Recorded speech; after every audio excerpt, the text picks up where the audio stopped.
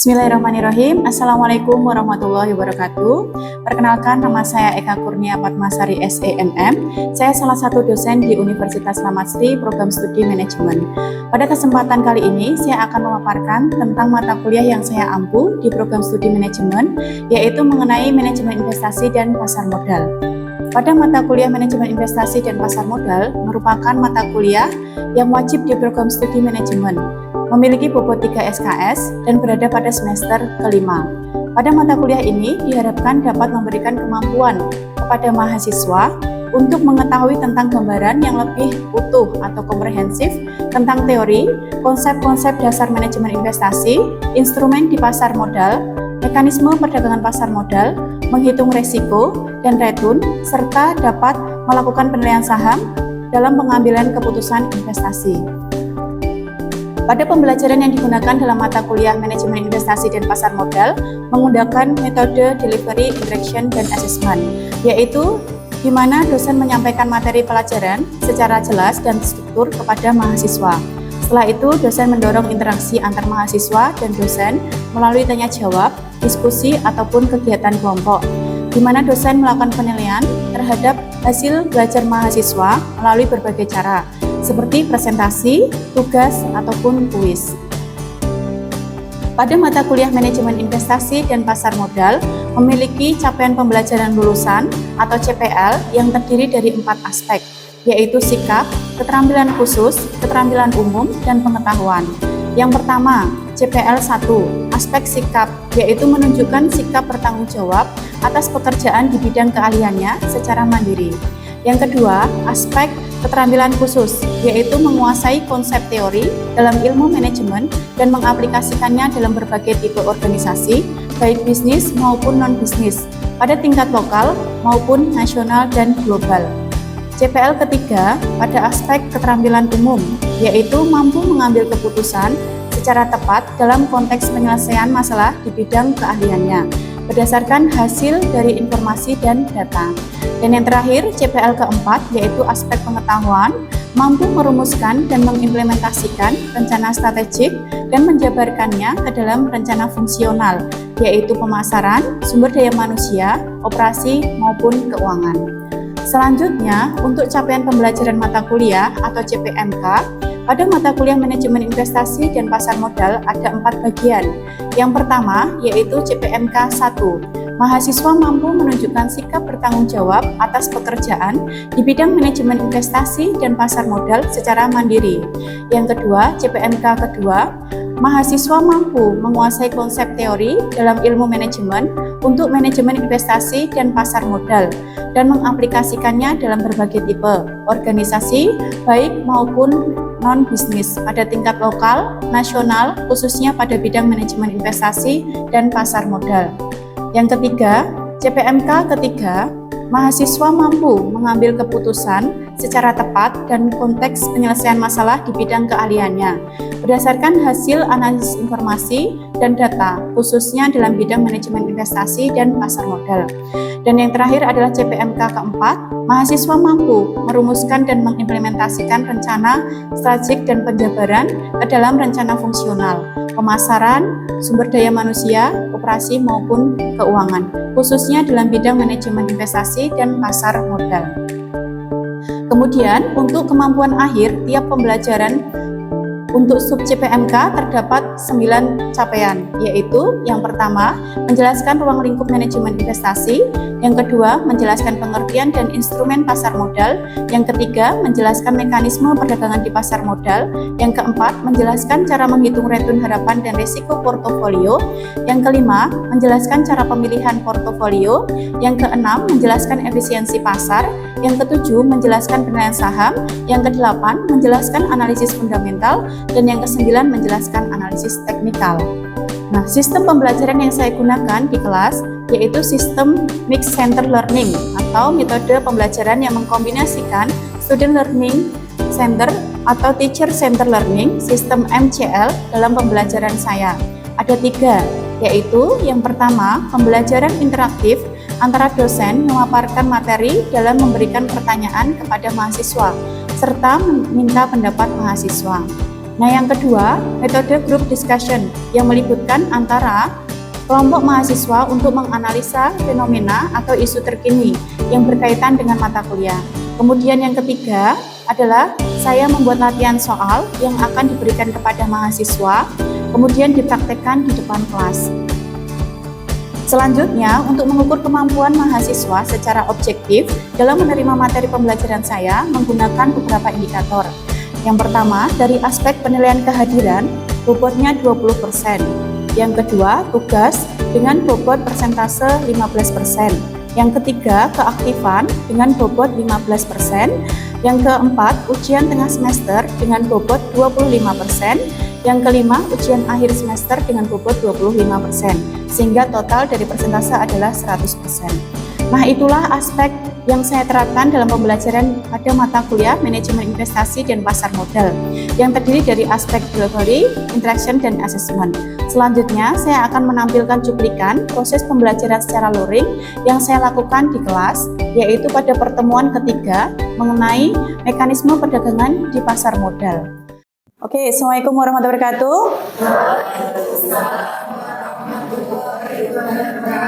Oke, selamat pagi semuanya. Sehat? Oke, sebelum kita mulai, kita berdoa dulu ya. Monggo silakan dipimpin, Mas. Sebelum memulai mata kuliah pada pagi hari ini, alangkah baiknya kita berdoa untuk agama dan budaya masing-masing. Berdoa dimulai. Berdoa selesai. Oke, kita melanjutkan untuk materi yang kemarin ya. Kita kemarin di bab kedua ya, terkait dengan, nah ini, untuk di memahami pengertian instrumen pasar modal. Jadi kemarin kan kita sudah belajar mengenai pengertian pasar modal yang pertama, yang kedua kita instrumen pasar modal, ya kan? Yang ketiga sekuritas di pasar modal, yang keempat ada sekuritas di pasar derivatif atau reksadana ya. Nah ini kan ada derivatif itu ada di komoditi emas, indeks saham, mata uang ataupun sekarang di ini ya nikel. Nah terus ada reksadana, ada juga return dan resiko investasi. Nah terkait untuk materi yang kemarin memahami pengertian dan instrumen pasar modal, ada yang mau ditanyakan dulu sebelum kita masuk ke bab berikutnya? Ya, silakan. Apa resiko negatif investor ketika berinvestasi di pasar modal Indonesia? Oke, kalau misalkan kita bicara mengenai resiko, itu sama dengan bicara dengan peluangnya ya atau keuntungan returnnya. Karena semuanya itu berbanding lurus. Kalau misalkan kita investasi misalkan uang 100 juta, kita punya peluang yang maksimal kan untuk untung. Nah, tapi di situ kita juga punya resiko untuk keuangannya itu menurun. Jadi misalkan kita beli di pasar saham nih, harga 1000, tiba-tiba harganya turun. Bisa aja uang kita itu habis. Nah, habisnya itu bukan karena kita hilang, tidak, tetapi mengalami penurunan. Nah, itu resiko di investasi di pasar modal ya. Jadi seperti itu Mas, untuk resikonya. Jelas ya. Jadi kalau misalkan kita mau investasi ya kita kenali dulu investasinya di mana. Karena ada di indeks saham, komoditi emas, mata uang, ya kan? Itu kan banyak sekali sekarang. Nah, kita pelajari dulu kira-kira mana resiko yang paling minim. Karena kan biasanya kalau kita misalkan investasi, kita milih resiko yang paling minim kan? Nah, tapi keuntungan yang paling besar. Nah, itu yang harus kita cermati. Jelas ya sampai sini ya. Oke, selanjutnya untuk capaian pembelajaran ini, setelah mengikuti mata kuliah manajemen investasi, diharapkan teman-teman itu memahami untuk konsep dasar dari manajemen keuangan ataupun manajemen investasi. Nah, instrumen di pasar modal itu ada kan yang di Indonesia, dan mekanisme di perdagangan dalam mengambil keputusan. Jadi kalau misalkan teman-teman mau investasi, ya paling enggak nanti tahu dasarnya dulu, konsep-konsepnya seperti apa. Nah, kita sekarang masuk ke bab 3 ya. Nah, apa aja yang nanti akan kita bahas? Yang pertama, kita terkait dengan pasar modal di Indonesia. Nah, yang kedua, mekanisme perdagangan. Yang ketiga adalah hubungan investor dan pialang atau broker. Yang keempat, indeks saham, per sahamnya. Yang kelima adalah perkembangan pasar modal di Indonesia. Nah, kita masuk yang pertama ya. Pasar modal di Indonesia. Komponennya di sini dalam struktur pasar modal di Indonesia itu ada beberapa. Nah, yang pertama ada Badan Pengawas Pasar Modal dan Lembaga Keuangan atau yang disebut dengan Bapepam. Nah, Bapepam ini ada beberapa unsur, meliputi penyusunan dan penegakan peraturan di bidang pasar modal. Jadi, pasar modal pun juga ada undang-undangnya. Nah, setelah itu ada pembinaan dan pengawasan. Nah, makanya kalau misalkan di pasar modal itu ada yang nanti tugasnya itu untuk membimbing nasabah itu bagaimana transaksi di pasar modal. Terus ada penetapan dan prinsip keterbukaan perusahaan. Nanti ada yang namanya perusahaan itu dia sebagai perusahaan pialang. Nah, nanti bekerja sama untuk dia itu transaksi di pasar modal. Nah, itu juga harus dia terbuka secara apa? Secara keuangannya. Makanya setiap hari itu dia harus melaporkan laporan keuangan, baik lewat email maupun lewat, sekarang kan ada WhatsApp ya. Jadi lewatnya itu. Kalau dulu kan memang lewatnya rekening koran dari tabungan. Nah, sekarang bisa lewat email. Terus ada penetapan ketentuan akuntansi. Nah, jadi tahu berapa keuntungannya, berapa kerugiannya setiap hari itu akan ada.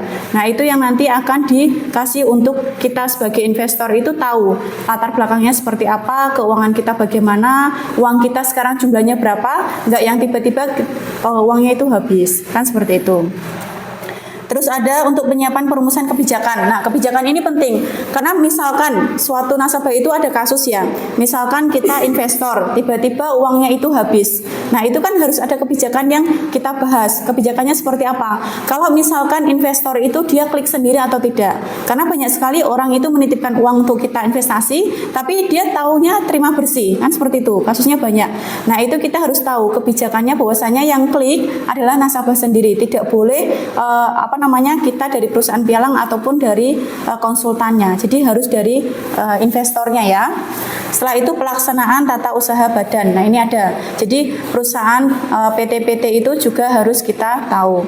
Nah, emiten ini ada dua. Ada yang saham, ada yang obligasi. Nah, saham itu kan banyak sekali kalau teman-teman perhatikan ya. Ada sahamnya mungkin ada di BRI, BCA, Mandiri itu kan ada. Nah, obligasi itu kan banyak sekali. Nah, ini emiten yang biasa diperjualbelikan. Nah, di sini ada bursa efek.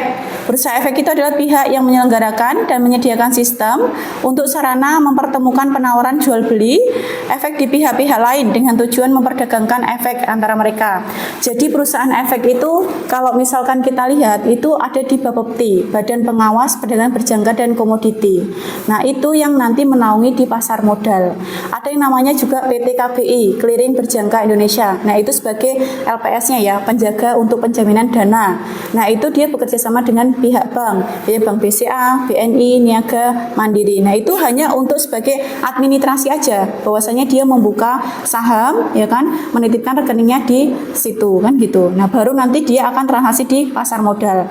Setelah itu kita transaksi ada di BBJ, Bursa Berjangka Jakarta. Nah, kalau misalkan teman-teman ikut yang di KSI, mungkin dia ikutnya di BII, Bursa Efek Indonesia. Nah, kalau di pasar modal ikutnya di Bursa Berjangka Jakarta. Nah, itu produknya ada di indeks saham, komoditi emas, mata uang. Ya, jelas sampai sini? Kita lanjut, selanjutnya ada di, nah ini, pasar modal itu ada juga yang Self-Regulatory Organization, nah SRO, ini apa? Ada Bursa Efek Indonesia, tadi yang kita sampaikan ya, Bursa Efek, ada lembaga clearing dan penjamin atau LKP, nah ini untuk menjamin dananya, ada lembaga penyimpanan dan penyelesaian, kalau misalkan terjadi masalah, karena kita itu kalau investasi pengennya semuanya itu baik aja, tapi kan kita nggak tahu ya nanti berjalan itu seperti apa. Nah, makanya di sini ada lembaga penyelesaian kalau misalkan ada masalah dalam suatu nasabah dalam investasi. Terus ada perusahaan efek. Nah, ini untuk menjamin emisi efek. Seperti apa? Perantara perdagangan efek. Nah, jadi perusahaan pialang atau broker ini hanya perantara. Nah, yang berperan itu adalah perusahaan pialangnya karena dia dapat yang namanya fee transaksi. Pajak itu masuknya ke bursa. Nah, kalau kita sebagai broker atau investor itu nanti masuknya kemana? Perantara. Karena kita hanya sebagai konsultan. Jadi nanti itu sebagai wali amanat. Kita memprediksikan harga naik atau memprediksikan harga turun. Nah, seperti itu. Terus ada manajer investasi. Nah, ini. Kalau misalkan teman-teman mau investasi, dilihat dulu manajer investasinya sertifikasi atau enggak. Nah, karena itu masuk dalam poin penilaian. Kalau misalkan dia sertifikasi, dia itu akan terdaftar. Nah, nanti ada nomor sertifikasinya berapa. Nah, itu namanya sertifikasi wakil pialang. Nah, itu ada juga. Terus ada clearing berjangka Indonesia. Nah, ini sebagai untuk penyimpanan dananya ya. Ada bursa berjangka Jakarta sebagai pasarnya. Nah, terus lembaga penunjang pasar modal itu ada 4. Nah, di sini ada akuntansi publik. Nah, ini. Terus ada notaris, kalau misalkan kita ada masalah dengan kehukuman ya. Konsultan hukum, kalau misalkan nanti ada masalah. Terus ada perusahaan yang penilai. Jadi tidak hanya ada akuntan publik, notaris sama konsultan hukum, tapi ada perusahaan yang menilai. Apakah perusahaan itu go public atau tidak? Karena perusahaan itu kalau misalkan dia go public, dia bisa memperjualbelikan di indeks sahamnya, di sahamnya, karena dia termasuk di go publicnya. Terus investor itu dibagi menjadi 2. Ada investor yang perseorangan, yaitu individual investor. Artinya apa? Dia itu modal sendiri, sehingga dia investasi sendiri, pakai uangnya sendiri, itu dia individual. Tapi ada juga yang institusional. Nah, berarti dia dari perusahaan. Misalkan Mas Dawam itu buka suatu perusahaan. Nah, punya uang, ya kan? Nah, katakanlah uang itu bagi hasil kan dengan rekan-rekan. Nah, itu untuk investasi. Nanti dia masuknya ke institusional karena dia bukan dari perseorangan sendiri, tapi dari beberapa lembaga. Tapi yang lebih baik mana? Yang lebih baik kita di perseorangan. Karena kan kalau misalkan kita investasi, tujuannya kita investasi nih, harapannya kan keuntungannya untuk kita ya, resikonya ya kita sendiri yang nanggung, ya kan? Jadi kalau misalkan kita investasi katakanlah 100 juta, nah keuntungannya kan balik ke kita. Tapi kalau misalkan kita sesuai dengan institusional, organisasi, itu kan pasti nanti bagi hasil. Nah, bagi itu pasti nanti ada yang namanya sifat itu, saya pengennya berapa persen, kamu berapa persen, ya kan? Nah, mungkin di kesepakatan awalnya oke, tapi kan kita nggak tahu berjalannya waktu. Nah, itu yang disebut dengan investor perseorangan. Lebih baik kita di situ ya. Oke, ini untuk mekanisme perdagangan ya. Nah, jadi di sini ini ada proses perdagangan pasar perdana. Nah, ini untuk emitennya, dia itu ada keterangannya di sini. Dananya itu di penjamin emisi. Setelah itu dia agen penjual. Nah, dia dapatnya di efek sini. Baru ke investor. Investor dapat yang namanya dana, ya kan? Nah, di sini dia dapat yang namanya keuntungan. Nah, makanya di sini emiten ini yang diperjualbelikan untuk penjamin emisi. Setelah itu ada proses perdagangan yang pasar sekunder. Nah, sekunder ini investor beli dulu nih. Misalkan beli harga saham sekarang di 1.000, ya kan? Nah, di sini ada broker. Nah, broker ini kan sebagai perantaranya ya. Nah, broker ini beli misalkan di harga 1.000, tapi broker ini kan dapatnya dari fee transaksi. Nah, makanya misalkan investor beli 1.000, brokernya itu misalkan fee-nya berapa persen atau fee-nya itu berapa dolar per transaksi. Itu ada nominalnya. Setelah itu di sini ada yang namanya bursa efek. Nah, bursa efek ini nanti dapatnya apa? Dapatnya dari pajak, ya kan? Setiap pajak transaksi itu masuknya ke bursa efek. Baru dijual, ada broker yang menjual, ya kan? Baru masuk ke investor jual. Jadi broker ini dapatnya dia sekali transaksi beli sama jual sepasang, ya kan? Nah, kalau misalkan kita beli di 1.000, ternyata fee-nya katakanlah di 10 dolar. Nah, 10 ini dibagi 2 antara untuk broker yang beli sama broker yang jual. Baru dia dapat keuntungannya. Sudah dipotong oleh broker dan dipotong oleh pajaknya. Jadi kalau misalkan dia belinya 1.000, dia dapat untung 100, dikurangi 10, berarti berapa? 1.000 kan dia beli. Setelah itu naik kita dapat untung 100, tapi bayar brokernya 10. Berarti tinggal berapa keuntungan kita? 90 kan? 900 ya, 990. Nah, 990 misalkan dia bayar bursa efek di pajaknya, ya kan? Nah, berarti dia masuk di sini sekitar 900. Nah, itu nanti ada perhitungannya untuk misalkan kita beli, brokernya dapat berapa, nah kita kurangi pajak berapa, hasilnya berapa. Nah, contohnya seperti ini.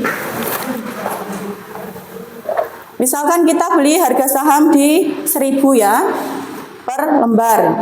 Nah, naik nih di harga 1.500 per lembar. Nah, katakanlah di sini kita belinya 10 lot aja atau 10 transaksi ya. Nah, terus kita jual 10 lot. Nah, dari sini kita dapat untung atau dapat minus? Untung. Oke, untungnya berapa? 500. Ini 500 per lembarnya ya. Nah, dikalikan. Kita beli berapa? 10 lot kan? Berarti 10 lot. Berarti keuntungan kita berapa? 5.000. Nah, ya kan? Ini keuntungan kita, tapi ini bukan keuntungan bersih karena masih dikurangi dengan fee-nya, ya kan? Nah, fee-nya misalkan kita di 10, ya kan? Pajaknya katakanlah di 1. Nah, berarti keuntungan kita bersihnya berapa? 5.000 kurangi 10 kurangi 1. Berapa? 9. Terus 9 kurangi 1, 8. Terus 9. 4.989. Nah, ini yang nanti akan terakumulasi ke saldonya. Jelas ya? Nah, jadi ada fee-nya ini nanti untuk broker. Nah, ada VAT pajaknya ini untuk pihak bursa. Nah, ini yang nanti terakumulasi, misalkan saldo kita ada di 10.000. Nah, berarti bertambah aja 4.989, saldo kita jadi 14.989. Jelas sampai sini? Oke, ini kalau misalkan kita bicara mengenai perdagangan sekunder. Nah, apa sih bedanya pasar perdana sama sekunder? Nah, ini pasar yang memperdagangkan untuk saham pertama kalinya sebelum dicatat oleh Bursa Efek Indonesia. Sedangkan sekunder, pasar yang memperdagangkan saham setelah tercatat di Bursa Efek Indonesia. Kalau misalkan perdana itu belum dicatat, kalau sekunder itu yang sudah dicatat. Nah, biasanya kita itu masuk ke pasar sekunder. Paham ya sampai sini? Oke, kita masuk berikutnya. Ini ada hubungan investor dan pialang broker. Di sini ada contoh, seorang investor membuka sebuah margin account sebesar 600 juta. Nah, dia memerintahkan pialang untuk membeli sebesar 8.000 lembar per saham ya, JJKK. Nah, saham JJKK itu dijual di harga 1.000 per lembar sehingga jumlah biayanya ada 800 juta. Karena investor tersebut hanya mempunyai uang 600 juta, berapa dia meminjam kekurangannya? Siapa yang mau jawab? Silakan. Mas Agus, monggo Mas. Berapa nilai sahamnya Mas? 8.000 ya. Dikali lembarnya berapa? 1.000. Oke, berarti nilai sahamnya berapa? 800.000 dikali 1.000, 800 juta ya. Oke, terus pinjamannya di sini berapa? 200 juta. Terus ekuitasnya modalnya dia berapa? 600 juta. Oke, margin investor berapa Mas? Berarti cara nyari margin investor gimana? Ekuitas dibagi nilai saham. Nah, coba dihitung Mas. Berarti margin investornya, margin investor langsung aja 600 juta dibagi 800 juta.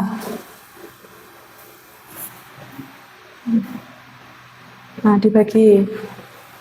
Berarti di sini. Oke. Dibagi sini. Berarti berapa totalnya? 75%. 0,75%. Ya. 75% atau 75%.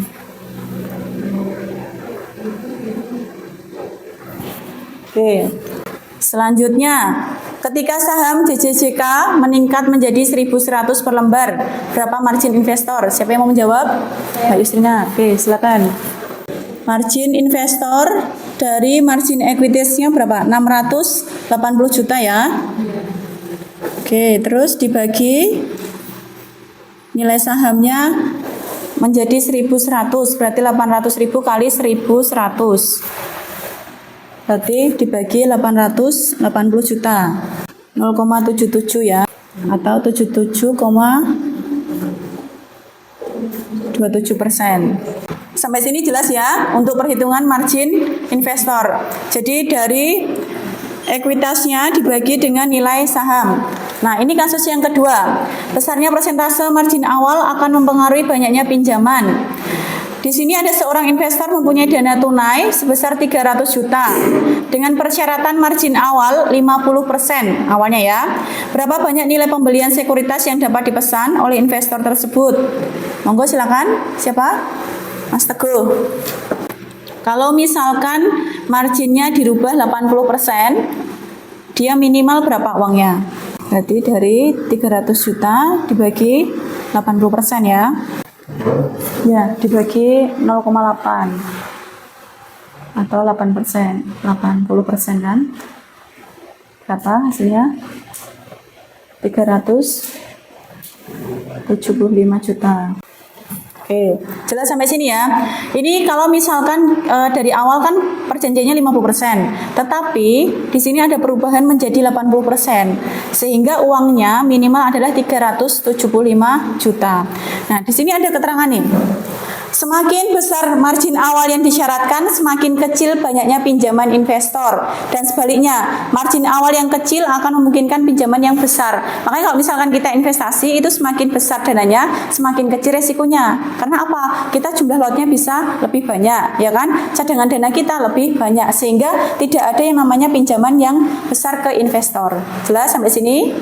Oke, selanjutnya ada kasus lagi mengenai short sell ya. Jadi kalau misalkan di pasar modal itu kita bisa 2 kali transaksi. Yang pertama itu memanfaatkan selisih naik, yang kedua memanfaatkan selisih turun. Jadi kalau misalkan kita beli nih, beli itu kan berarti di harga yang murah kan? Nah, kita beli harapannya harga naik kan? Nah, baru kita jual di harga yang tinggi. Nah, jadi misalkan kita beli di 1000, naiklah ke 1100, berarti kita dapat untung berapa? 100. Nah, kalau di pasar modal kita bisa manfaatkan selisih turun, yaitu kalau misalkan kita jual dulu nih, atau di harga tinggi ya, harga lagi tinggi-tingginya di 2200, ternyata tiba-tiba harga turun, kan kita sudah jual barang kan, sehingga kita nggak punya uangnya lagi kan, harga turun di 1800. Nah, di harga ini kita mau beli apa enggak? Beli, karena harganya termasuk harga murah. Nah, di sini kita dapat keuntungan berapa? 400 ya. Nah, ini yang disebut dengan memanfaatkan selisih turun atau biasa disebut dengan istilah short sell. Nah, kalau di sini itu kita buy. Ya. Oke. Ada pertanyaan? Oke, silakan Mas Bagas. Sebutkan peran tiga efek Indonesia dalam perjalanan transformasi. Oke, perannya apa? Kalau misalkan kita bicara peran, kita masuk ke sini lagi ya, Mas. Nah, perannya bursa efek ini kan? Nah, kalau misalkan perannya, dia itu kan sebagai pasar. Nah, pasar itu bertemunya penjual sama pembeli kan? Nah, ini sebagai pasar modalnya. Nah, jadi kalau misalkan investor mau beli, kalau nggak ada pasarnya gimana? Ya kan? Nah, jadi dia berperan sebagai pasarnya. Dia nanti akan, kan kita nggak tahu ya harga naik turun seperti apa. Itu kan yang menentukan adalah pasarnya. Nah, bursa ini hanya sebagai tempatnya aja, sebagai tempat pencatatan. Kalau misalkan harga naik nih sekarang, ya kan 1000, apakah investor mau beli? Nah, kita akan lihat dulu historinya. Harga itu paling turun di berapa? Atau dia 1000 itu termasuk harga rendah. Nah, itu sebagai dia pencatatan di sini. Jelas ya, Mas? Oke, ada lagi yang bertanyakan? Silakan, Mbak. Bagaimana proses price discovery berlangsung di pasar sekunder dan bagaimana likuiditas mempengaruhi efisiensi harga? Oke, kita bicara di sini ya. Nah, kalau misalkan discovery ya, misalkan di sini investor, ya kan, harganya itu di 1000. Nah, tapi dia dapat diskon nih, ya kan? Misalkan harga sekarang cuma di 700. Kalau kita melihat histori bahwasanya harga itu turun, dia sebagai investor akan turun untuk beli apa enggak? Beli. Ya, karena harganya termasuk di harga murah. Nah, kalau misalkan harganya itu katakanlah di 2000, sedangkan historinya itu cuma di 1900, itu kan termasuk harga mahal. Nah, dia akan di sini bukan lagi investor beli, tapi investor sebagai jual. Nah, itu ya. Nah, ini untuk yang perdagangan sekunder, karena di sini banyak sekali nanti kita belajar mengenai transaksi ya. Nah, transaksi jual beli itu baik indeks saham, komoditi emas maupun di mata uang. Nah, reksadana pun juga termasuk di situ. Paham sampai sini? Oke, kita masuk ke selanjutnya ya. Nah, ini ada indeks pasar saham, itu ada 4 ya. Ada indeks saham gabungan atau IHSG yang sering disebut ya. Ada indeks LQ45, ada indeks saham lainnya juga. Nah, itu kalau misalkan di pasar modal itu ada indeks saham Hong Kong, indeks saham Jepang. Indeks saham Hong Kong itu terdiri dari 225 saham blue chip di Hong Kong. Nah, indeks Jepang berapa? Sekitar 125 saham blue chip di Jepang. Nah, seperti itu. Nilai kontraknya pun juga beda-beda tergantung dari perusahaan saham itu sendiri. Nah, ada perhitungan indeks untuk harga sahamnya ya. Ini contohnya di Bursa Efek Indonesia itu hanya ada 2 saham dengan harga jumlah lembar saham beredar pada 2 hari yang berbeda. Nah, ini contohnya ya. Di hari 29 Agustus ini dia harganya 1000 per lembarnya, 100 ya, per lembarnya dia 2000, tapi tanggal 30 Agustus dia naik menjadi 110. Nah, kalau misalkan kalian melihat harga 100 ke 110, mau beli atau enggak? Beli atau enggak? Harganya 100 nih tanggal 29 Agustus. Tapi ternyata di tanggal 30 Agustus harga menjadi 110. Mau beli apa enggak? Enggak, karena harganya lebih mahal dari harga sebelumnya. Beda cerita kalau misalkan harganya kemarin itu 100, harga sekarang di 90. Nah, itu berarti peluang kita untuk beli. Jelas ya? Sama halnya kalau misalkan harganya ini 50, tapi harga di berikutnya adalah 45. Di sini beli apa enggak? Beli, karena lebih murah, ya kan? 5. Nah, kalau misalkan di sini kita bisa melihat bahwasanya kalau kita beli berarti di harga yang murah atau rendah ya.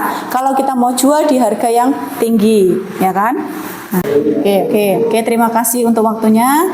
Semoga ilmunya bermanfaat. Saya akhiri. Wassalamualaikum warahmatullahi wabarakatuh. Waalaikumsalam.